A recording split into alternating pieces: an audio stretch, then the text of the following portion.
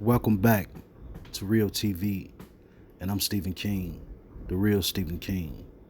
And I want to introduce you all to the new king of Libya, Saif al-Islam al-Gaddafi, the second son of Muammar Gaddafi, born June 25th, 1972, in North Africa, Libya to be exact, in one of the most beautifulest countries Africa has to offer, that sits right on the Mediterranean Sea.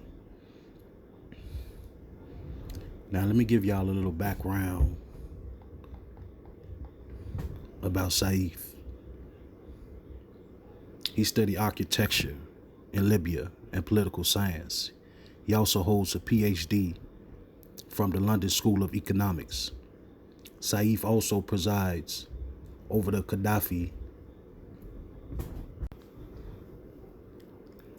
International Foundation of Charitable Associations. So you're talking about a well-rounded, well-traveled, intelligent man that's fighting to lead his country after losing his father and three of his brothers in the invasion of Libya that destroyed Libya and tore Libya apart because they wanted to control, allegedly, all the natural resources that Libya possesses. Also, he's the son of a man that wanted to create the United States of Africa, and they wanted to introduce to the world, not just Africa, one currency that was backed by gold. And allegedly, this shocked Western nations because what he was proposing was a whole new financial system.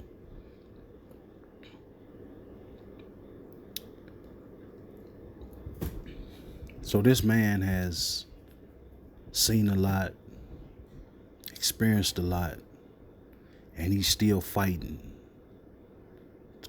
to control his homeland. And I salute him for that. There's been reports that he's had several attempts on his life. He's been imprisoned. He's been tortured.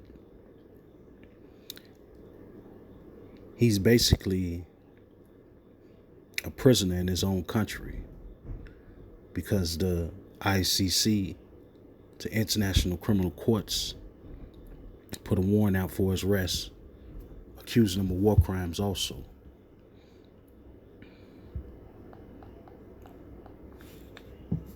But he's free. He has entered the political realm and became a presidential candidate in 2021. And this upset the powers that may be. So they just suspended all elections in Libya. And it's been suspended since 2021. You know, we live in a world where a handful of people want to control everything. You know, they said that the man had become a religious fundamentalist, that he lost his mind, that he's basically a madman, he's crazy, and these are some of the same allegations that was placed on his father. You know, the men that carry this great responsibility, that see things wrong in the world, that desire to build a better world, find themselves in a lot of dangerous situations because this small group of people that want to control and own everything doesn't have a desire to see people free. And under his father's rule, from 1969 all the way up into 2011, Libya was prospering. They had zero debt. The people were being taken care of. And of course, with any great man that does great things, there's always going to be some haters out there. There's always going to be some people that don't want to see you shine, that don't want to see your power rise, and hate that people love you. So you have to be careful,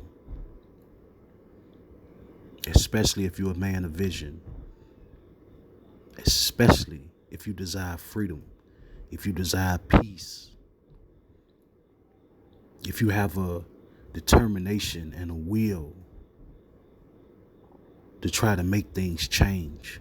You have to be careful, because they use their media, they use their militaries, they use their intelligence apparatuses, all of these things to try to take your life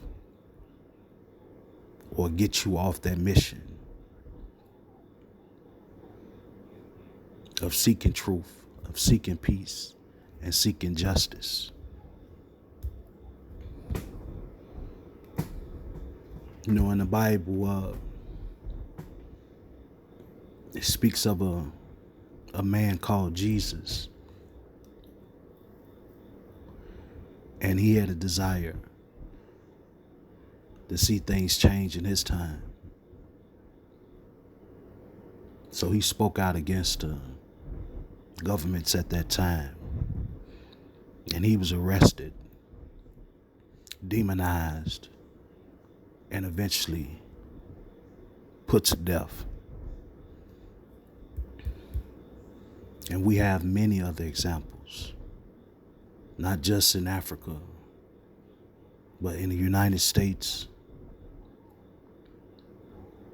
and all over the world for that matter.